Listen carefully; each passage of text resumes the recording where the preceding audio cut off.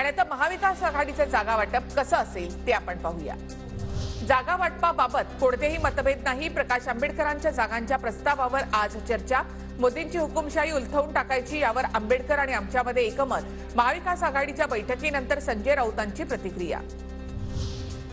महाविकास आघाडीच्या बैठकीमध्ये शरद पवार यांच्या शेजारी प्रकाश आंबेडकर यांची खुर्ची। पुढच्या बैठकीत सर्व गोष्टी ठरतील। प्रकाश आंबेडकर यांची प्रतिक्रिया। ठाकरे गट 23, काँग्रेस 15 तर शरद पवार गटाला 10 जागा मिळणार। सूत्रांची माहिती। 23-15-10च्या फॉर्म्युलावर महाविकास आघाडीमध्ये शिक्कामोर्तब होण्याची शक्यता, तर वंचितला 4 ते 5 जागा मिळण्याचा अंदाज।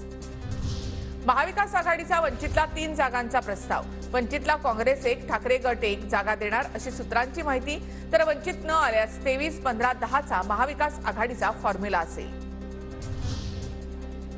भाजपला मदत होईल असं कोणतेही काम प्रकाश आंबेडकर करणार नाहीत। ते महाविकास आघाडीसोबत ठामपणे उभे राहणार। वंचित महाविकास आघाडीवरून संजय राऊतांचं वक्तव्य। काँग्रेसचे नेते बाळासाहेब थोरात यांनी घेतली प्रकाश आंबेडकरांची भेट। चहापानासाठी भेटलो, पण राजकीय व्यक्ती भेटल्यावर राजकीय चर्चा होणारच, थोरातांचं वक्तव्य।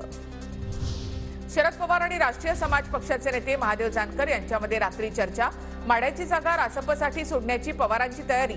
2 दिवसांमध्ये अधिकृत निर्णय होणार। जानकर महाविकास आघाडीमध्ये येणार, सूत्रांची माहिती। लोकसभेच्या 20 जागा लढवण्याची तयारी ठेवण्याचे कार्यकर्त्यांना आदेश। नाना पटोले यांची माहिती।